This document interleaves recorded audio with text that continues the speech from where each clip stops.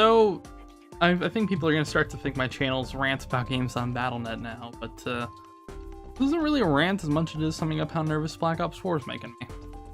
Now to start out, I've played a lot of CoD. I had CoD 1 on an old PC, CoD 2 sadly was higher than the specs I had on that PC, and I didn't really have a 360 at the time, so I experienced the first Treyarch CoD around then, which was CoD Big Red 1. Now Big Red 1 brought some of the cast from Band of Brothers as the antagonists, and told both a pretty good story and was all around a pretty good game for the PlayStation / original Xbox era, even though it really hasn't aged well. 1 year later, CoD 3 had came out, and it was pretty fun. The story mode was kind of all over the place, but it's got the most original multiplayer other than 4 and the rest of the series, and was the last, or well, actually second to last good World War II game in the series. Speaking of the last good CoD World War II game, World at War came out a year after the fantastic CoD 4, and honestly was better in most aspects. Improved upon the gunplay, had a fantastic multiplayer mode, and brought a fantastic side mode called Nazi Zombies into play. A now kinda quaint map named Nocturne Toten that led into a fantastic DLC season, with the PC getting all the DLC for free as updates. It doesn't really happen for any other CoD game, by the way. Modern Warfare 2 changed that and also had a garbage PC port. But no time to dwell on that turd. Black Ops 1 ended up being, honestly,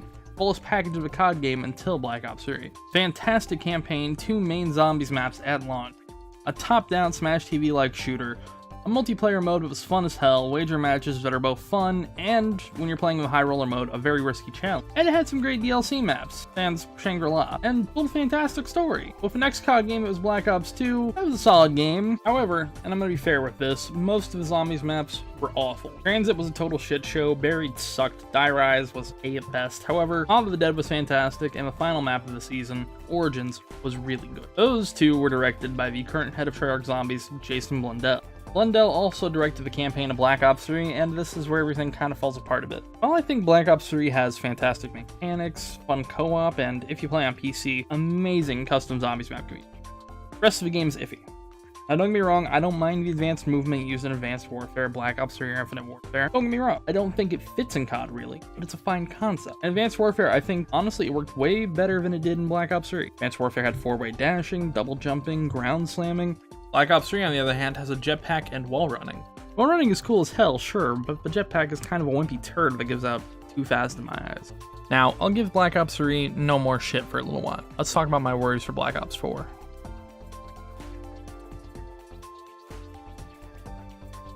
Now, CoD story modes live or die on great set pieces and great storytelling. Black Ops 1 told a story that could be told in layman's terms as 3/4 Vietnam Cold War story and 1/4 Fight Club, with set pieces like playing Russian roulette a la Deer Hunter, Soviet gulags, underwater number stations, and Sam Worthington trying really, really hard to keep his Australian accent under control.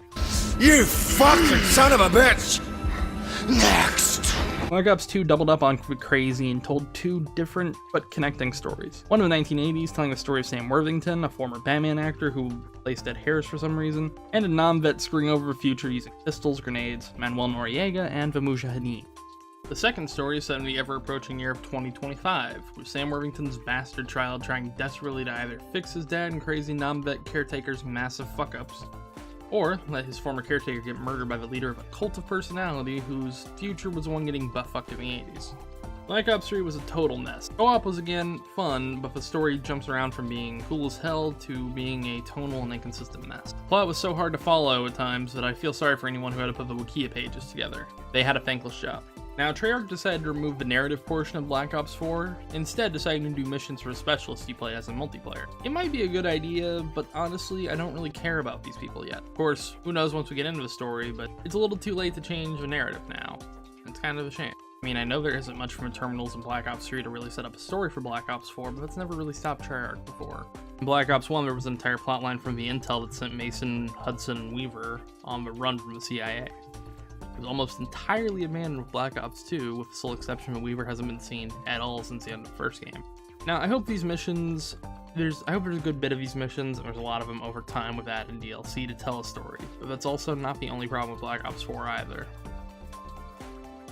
Now, don't get me wrong, I love Battle Royale the film and Battle Royale games. Spent a ton of time on PUBG, played Fortnite, Realm Royale, Totally Accurate Battlegrounds, I did play Radical Heights, but that went the way of Dodo Bird. Blackout worries me, in a lot of ways. Now, CoD has had DLC exclusivity rights for a lot of the series. It was on Xbox from Modern Warfare 2 to Advanced Warfare, And from Black Ops 3 onwards, it went to Sony. You might reasonably think that, how does that affect Blackout? Well, we don't know yet, and that's kind of a worst part. What happens if they put a second map out for Blackout? Will I get 30 days of just being on PS4, or will that be spared? Another point of contention in my eyes is all the rumors about Blackout. The rumor of it being only 60 players seems a bit weak. Now, mind you, the Culling and the Darwin Project are both Battle Royale games with smaller player counts, and those worked.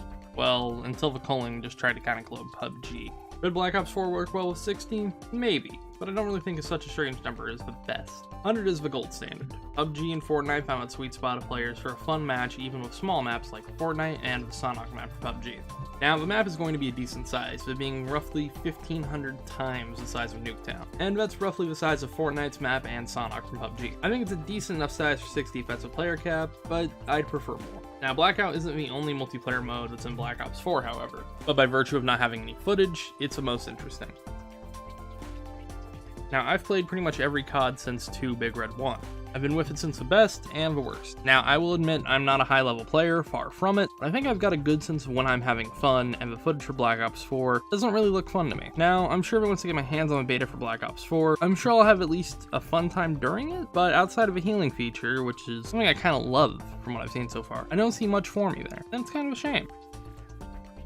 Now, I know, the PC CoD games have been ported poorly, and the only other console port on Battle.net is Destiny 2, which is a fantastic port of a very flawed game. Now, it's got me at least excited to see how well the port will handle, but I've got more worries than that. Now, I got into Black Ops 3 on the PC fairly late, like last year, but the mod tools have been so useful for keeping Treyarch zombies alive while we wait for Black Ops 4, and for fun custom modes. Black Ops 4 isn't going to either get that or the useful Steam Workshop setup. That improved Black Ops 3's mods from being a total pain in the ass like Black Ops 1's mods, or kind of janky like World of War's mods are. Would they do it? Yeah, they could, but I don't think they will do mod support on the same level as Black Ops 3. I do want to bring DLC rights up again. Now, it's hurt Destiny 2 pretty bad already, but I think it'll hurt the PC player base if the DLC isn't free for normal MP mode. Everyone either has, on PC at least, all of the DLC or none of it. Now, this next point isn't really about Black Ops 4 itself, but I'm also kind of worried about the state of Battle.net and the state of Activision releasing games on either Steam or Battle.net. They just put Crash Insane Trilogy out on Steam, but they aren't putting CoD on Steam, but Battle.net. Will this be just for multiplayer games or what? It's kind of a total unknown right now. There's also the soon-to-be coming to the West Chinese competitor Wii game. Will that be where Activision will put more of their games instead of just Steam? Or will that be skipped over for most games like, Steam was for Battle.net? I don't know. A lot of people don't know, and it's kind of worrying. However, I think it's time to talk about the things I'm excited for with Black Ops 4.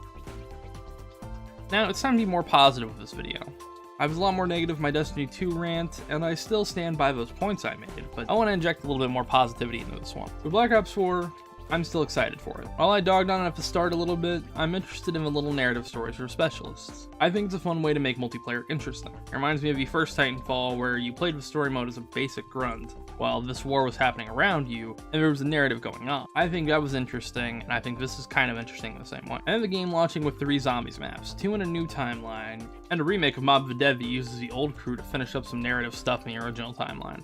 I think that's kind of interesting to see 3 of them at launch. We haven't had anything similar to that since Black Ops 1, and it looks interesting to have 3 maps that all are very distinct and different kinds of experiences. I know there is a 5 remake of a DLC, but that's locked to the season pass so far. The final big positive for me is the fact that Treyarch's Blackout could be a lot of fun. They're bringing in normal ballistics for once, finally, and I think that Blackout will take a lot of a design philosophy from Black Ops 1's multiplayer, and I love Black Ops 1's multiplayer.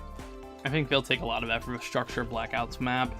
I think blending stuff from like the Nuketown houses, the launch silo, kill houses from firing range, even the hotels from hotels showing up there in the background. I think that'll be interesting. That's how I see it.